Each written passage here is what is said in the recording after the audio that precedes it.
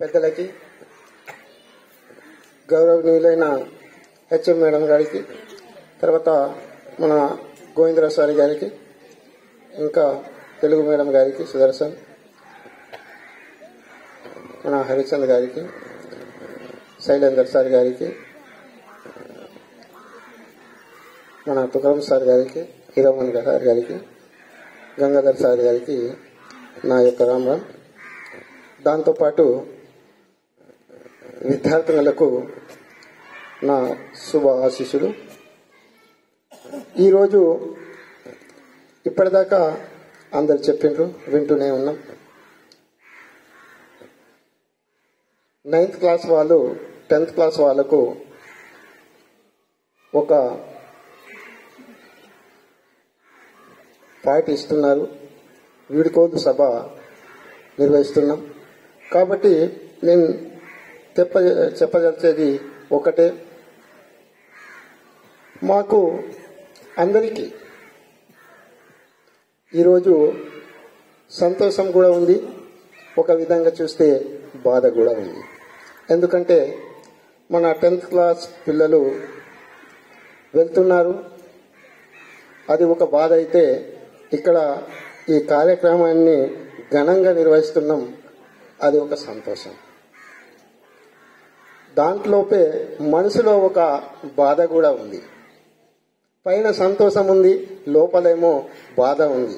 దాన్ని మింగుకొని ఈ కార్యక్రమాన్ని మనం నిర్వహిస్తున్నాం. ఎందుకంటే ఇది కంపల్సరీ జరగాల్సిందే. ప్రతి సంవత్సరం 10th వాళ్ళు పోతూనే ఉంటారు, కాబట్టి ఇది కంపల్సరీ జరగాల్సిందే. నేను ఇన్ని సంవత్సరాలు ఇక్కడ 3rd క్లాస్ నుంచి చదివిన వాళ్ళు ఎంతమంది ఉన్నారు? ఒకసారి దయచేసి చేతులు ఎత్తాలి. 3rd క్లాస్ అంతే కదా?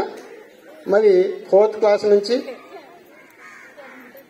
5th క్లాస్ నుంచి ఇంతేనా? 5th, 6th, 7th, 8th, 9th, 10th.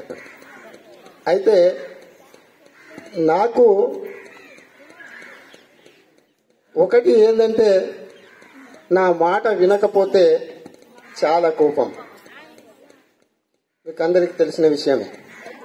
అప్పుడప్పుడు స్టడీ సమయంలో తిరుగుతుంటే చాలా మందికి తిట్టడం జరిగింది, చాలా మందికి కొట్టడం కూడా జరిగింది. ఇప్పుడు కూడా తిడుతూనే ఉంటా, ఇప్పుడు కూడా కొట్టడం తగ్గింది, కానీ మాత్రం తిట్లు మాత్రం తిడుతూనే ఉంటా. అది మీ కోసమే, మా కోసం కాదు.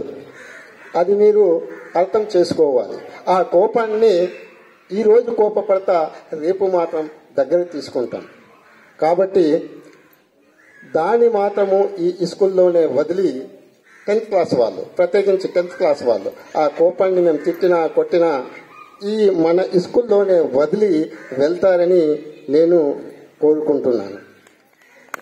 మరి ఒక విషయం గుర్తుంచుకోవాలి, సమయం మాత్రము చాలా ఇంపార్టెంట్. నేను అప్పుడప్పుడు అందరికి పిల్లలకు చెప్తూనే ఉంటాను, ఈ సమయం మళ్ళీ రాదు, ఈ సమయం వృధా చెయ్యొద్దు కదా. మనము ఏదైనా విషయం, ఒకసారి మీకు ఈ సమయం గురించి చెప్పాలంటే ఒక చిన్నది చెప్తాను, చెప్పాలనా? అప్పుడప్పుడు మీకు చెప్తూనే ఉన్నా.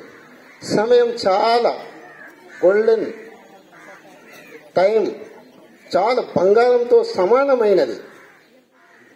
అందుకోసం ఒకసారి ఏమైందంటే, ఒక అతను ఎగ్జామ్ రాయడానికి వెళ్ళాడు. వెళ్ళిన తర్వాత ఏం చేశాడు, ఇక్కడ చాలా సార్లు ఉన్నారు, చాలా గ్రూప్స్ రాసి ఉన్నారు, గ్రూప్ 1 రాసి ఉన్నారు, 2 రాసి ఉన్నారు, 3 రాసి ఉన్నారు. వాళ్ళకందరికీ తెలుసు, మీరు ఇంకక్కడికి వెళ్ళలేదు కాబట్టి మీకు తెలియదు. ఒకవేళ కొంచెం మనం లేట్ అయితే గట్టు మూసేస్తారు. చూడండి, కొంచెం ఇప్పుడు మీకు 10th చూడండి, కొంచెం టైం అయినా గట్టు మూసేస్తారు. మరి అదే సమయం, ఒక మీరు రాస్తూ ఒక మార్క్ కానీ హాఫ్ మార్క్ కానీ కొంచెం లేట్ అయితే పేపర్ గుంజుతారు. అప్పుడు మీకు సమయం విలువ తెలుస్తుంది. కొంచెం నేను ముందు ఫాస్ట్గా రాస్తే ఆ అర మార్క్ కూడా నాకు వచ్చేటివి కదా వచ్చేటివా? మరి ఆ క్వశ్చన్ కూడా రాసేవాళ్ళు కదా. అందుకోసం అటువంటి సమయాన్ని వృధా చెయ్యొద్దు. కంపల్సరీ మీకు ఒక గోల్ ఉంచుకోవాలి. మీరు గోల్ లక్ష్యం వైపు వెళ్ళాలి. ఇప్పుడు మీకు సమయం లేదు, పట్టుదల ఉండాలి. పట్టుదలతో సహా ప్లానింగ్ ఉండాలి. ప్లానింగ్తో మనం వెళ్ళాలి. ప్లానింగ్ లేకపోతే మన గోల్ సక్సెస్ కాదు. కంపల్సరీ ప్లానింగ్ కావాలి. ప్లానింగ్ లేకపోతే మనము ముందుకు మన గోల్ దగ్గర చేరుకోలేము.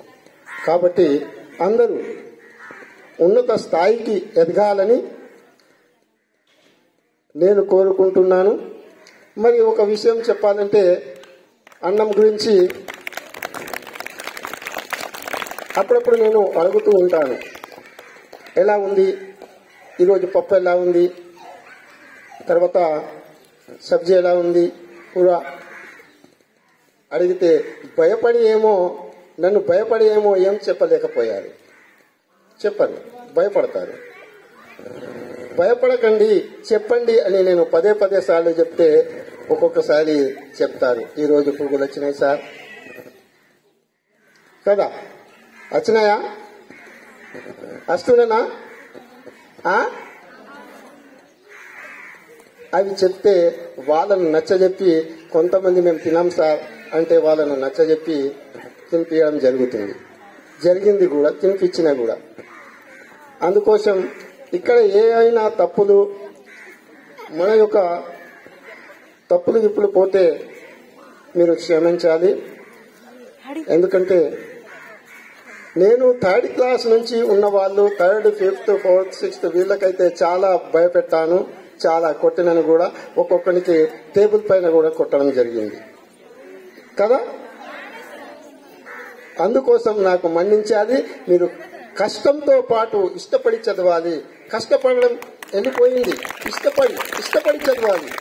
అప్పుడు మన టీచర్లు, మన ఉపాధ్యాయులు బెదిరించాలి, ఇది రాయండి, అది రాయండి, ఇది నాది సబ్జెక్ట్ కంప్లీట్ చేయండి, అది కంప్లీట్ చేయండి అన్నారు. కానీ ఇప్పుడు అది అన్నారు, చదవండి అంటున్నారు. అర్థమైందా? కాబట్టి మీరు శ్రద్ధతో చదవాలి, ఉన్నత స్థాయికి ఎదగాలి. మీరు ఉన్నత స్థాయి ఎదిగితే మీ అమ్మా నాన్న ఆనందపడతారు, దాంట్లో మేము కూడా సంతోషపడతాం, మా ఊరికి, మా స్కూల్కి పేరు వస్తుంది కదా. అందుకోసం నాకు ఈ అవకాశం ఇచ్చినందుకు రామ్ నమస్కారం.